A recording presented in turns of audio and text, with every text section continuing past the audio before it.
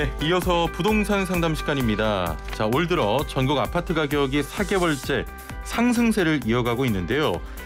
그래서인지 서울에서는 아파트보다는 연립이나 다세대 주택의 매매가 늘고 있다고 합니다.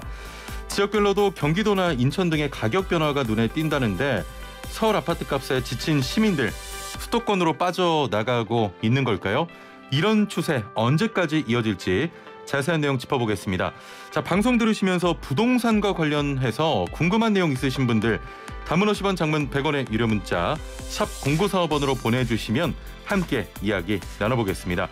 자, 애플리케이션과 유튜브 보이는 라디오 댓글창을 통해서도 참여 가능합니다. 자, 그럼 함께 말씀 나눌 분 모셔보죠.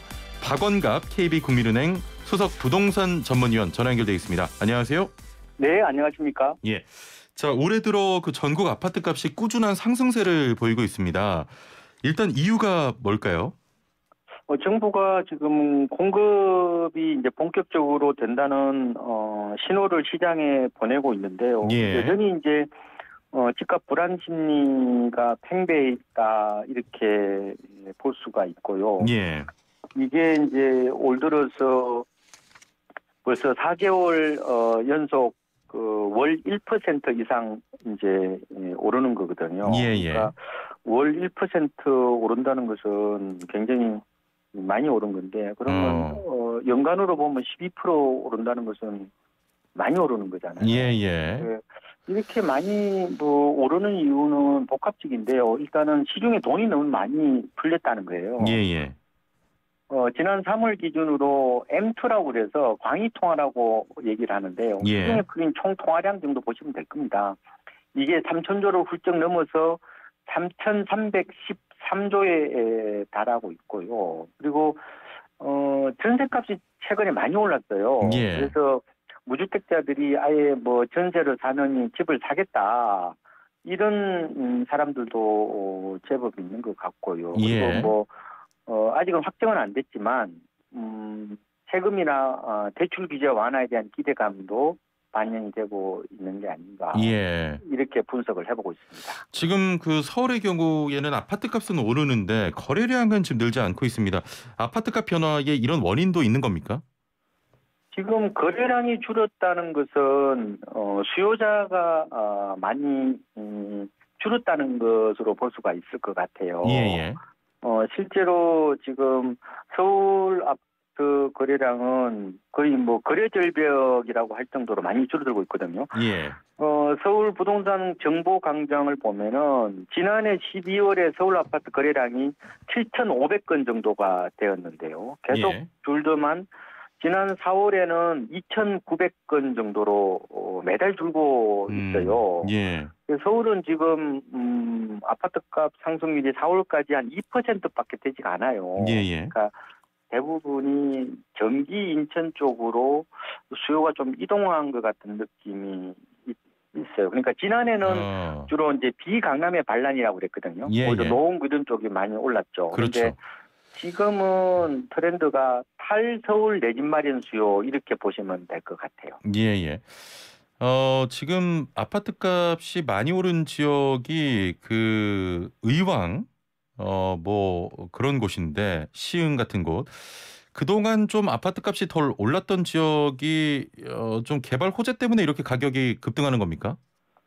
말씀하신 것처럼 그동안에 집값이 안 올랐어요. 예. 장기 정체 지역 이런 곳들이 요새 이제 많이 회복되고 있다 이렇게도 볼 수 있을 것 같고요. 예. 그리고 아까 서울에서 주로 30대 연령대에 있는 이제 내 집 마련 수요자들이 상대적으로 이제 집값이 싸잖아요. 예. 그러니까 그쪽으로 가서 직장만 하자 이런 경향도 있고요. 최근에는 또 GTX 같은 광역교통망에 대한 기대감도 좀 작용을 하는 것 같아요. 예. 주로 교통이 발달하게 되면은 도심 지역보다는 종착역에 더 가까울수록 혜택이 커지지 않습니까? 예. 이러다 보니까 최근에 오른 곳들이 말씀하시는 지역들이 GTX의 종착역이나 이런 쪽이 많다 이렇게 볼 수가 있을 것 같습니다. 예.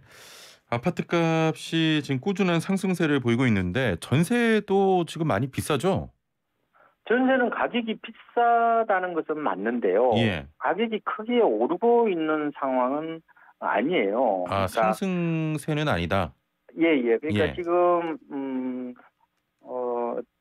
지난주에 그 서울 아파트 전세 가격이 0.03% 올랐어요. 예. 그러면 연환산으로 해보면은 2%가 채 안 되고요. 음. 양천구는 5주 연속 하락했고요. 예. 뭐 종로구라든지 이런 곳들도 약세인데 지금은 봄 이사철이 거의 마무리 단계예요. 예. 지금 계약하면 6월달에 가야 되잖아요. 그렇죠. 그러니까 뭐 거의 비수기라고 보면 되는데 지난해 7월에 임대차 3법이 시행되고 난 다음에 예. 전세 가격이 많이 올랐잖아요. 예. 그래서 그 이후에 이제 조정 국면이라고 보면 되고요. 예.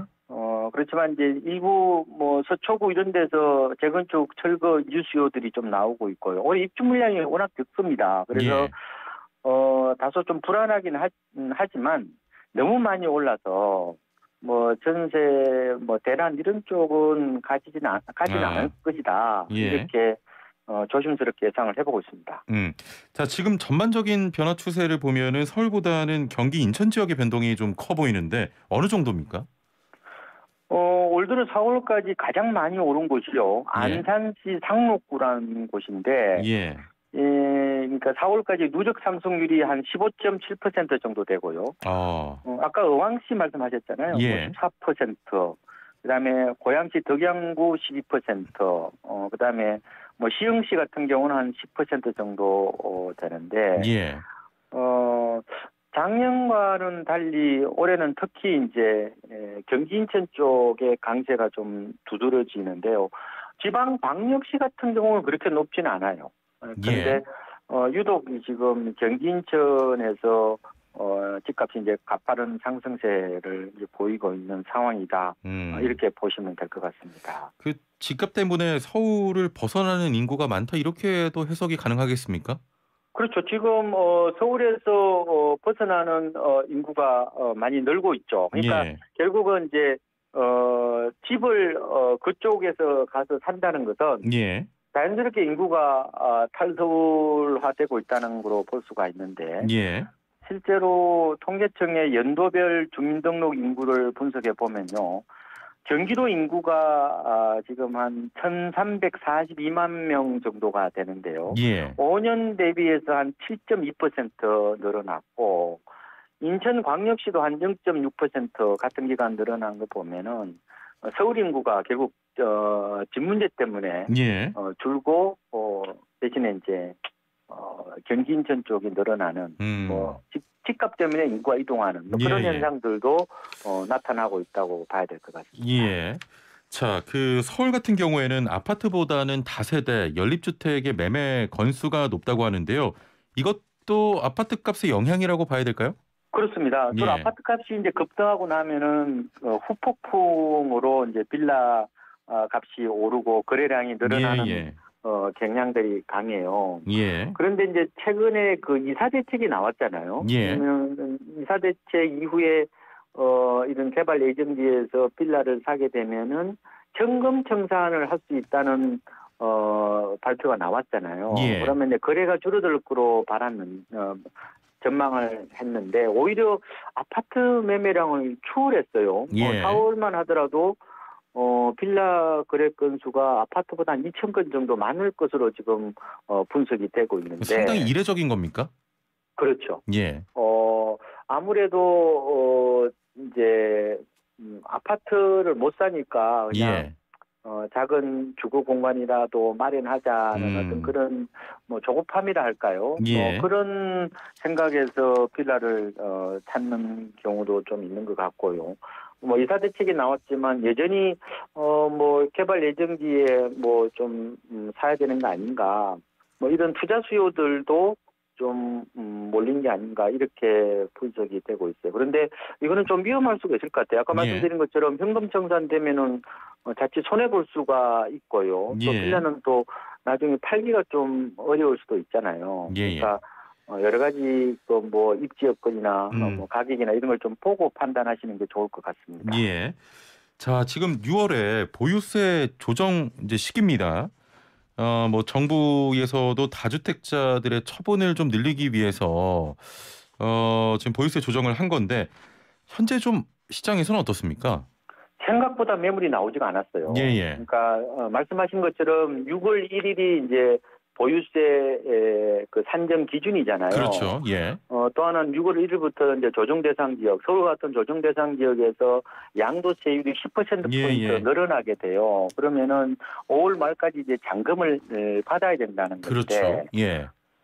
지금 매물이 뭐 한두 개는 있어요. 그런데 이게 이제 사실상 일시불 계약이라고 보면 되죠. 그러니까 예. 매물 나올 건 다 나왔다. 이렇게 말씀을 드릴 수 있는데. 예. 근데 생각보다 매물이 많지 않았던 이유는 작년에 이미 매각을 한 분들이 많고요. 예. 그리고 자식에게 이제 정려를 한 이런 다주택자들도 제법 많은 것 같고요. 예. 그리고 최근에 또 재건축 규제 완화를 하겠다 이런 또 신호를 또 보냈잖아요. 물론 이제 그게 뭐 사실이 아닌 게 됐지만 이 시장은 또 선택적으로 자기가 유리한 쪽으로 정보를 받아들이는 경향도 있는 것 같아요. 그리고 뭐 여러 가지 뭐 세금 규제 완화 뭐 기대감 이런 것들까지 있다 보니까 매도자들이 매물을 일단은 내놓기보다는 관망하려는 어떤 그런 경향 이게 좀 지금의 분위기라고 보시면 될 것 같습니다. 예. 최근에 한 여론조사 보니까 30대 층에서 좀 그 대출 규제를 완화해달라 이런 또 여론조사가 있었는데 무주택자 LTV를 90%까지 대출해주겠다. 집값의 6%만 있으면 자기 집을 가질 수 있는 금융 구조를 만들겠다. 이런 또 방안을 제시했는데 현실 가능성이 있다고 보십니까?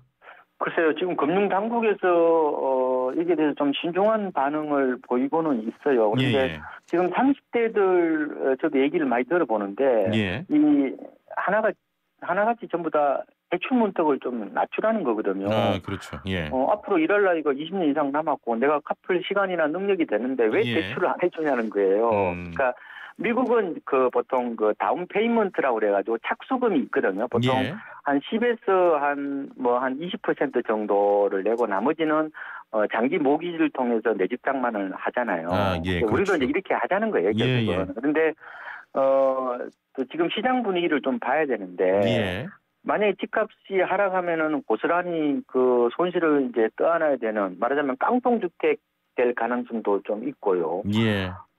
그리고 가계부채가 우리 경제의 또 다른 복병이지 않습니까? 위험 수위에 지금 도달해 있는데 만약에 시행을 하더라도 뭐 이런 건전성이 훼손되지 않도록 제 생각에는 뭐 시뮬레이션이라든지 이런 걸 좀 많이 해보고 충분한 검토를 거쳐서 시행을 하는 게 좋지 않을까 이런 생각을 해보고 있습니다. 자, 마지막으로 또 질문을 드리겠습니다. 하반기 아파트값 또 전세값 어떻게 예상하십니까?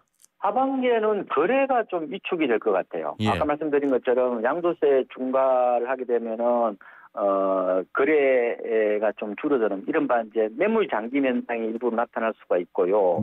또 토지 거래에서 허가구역도 많이 늘어났잖아요. 그래서 거래는 줄어드는데 가격은 규제 완화에 대한 기대감이 있어서 그게 빠지지는 않을 것 같아요. 한 소폭 상승 정도로 보고 있는데요.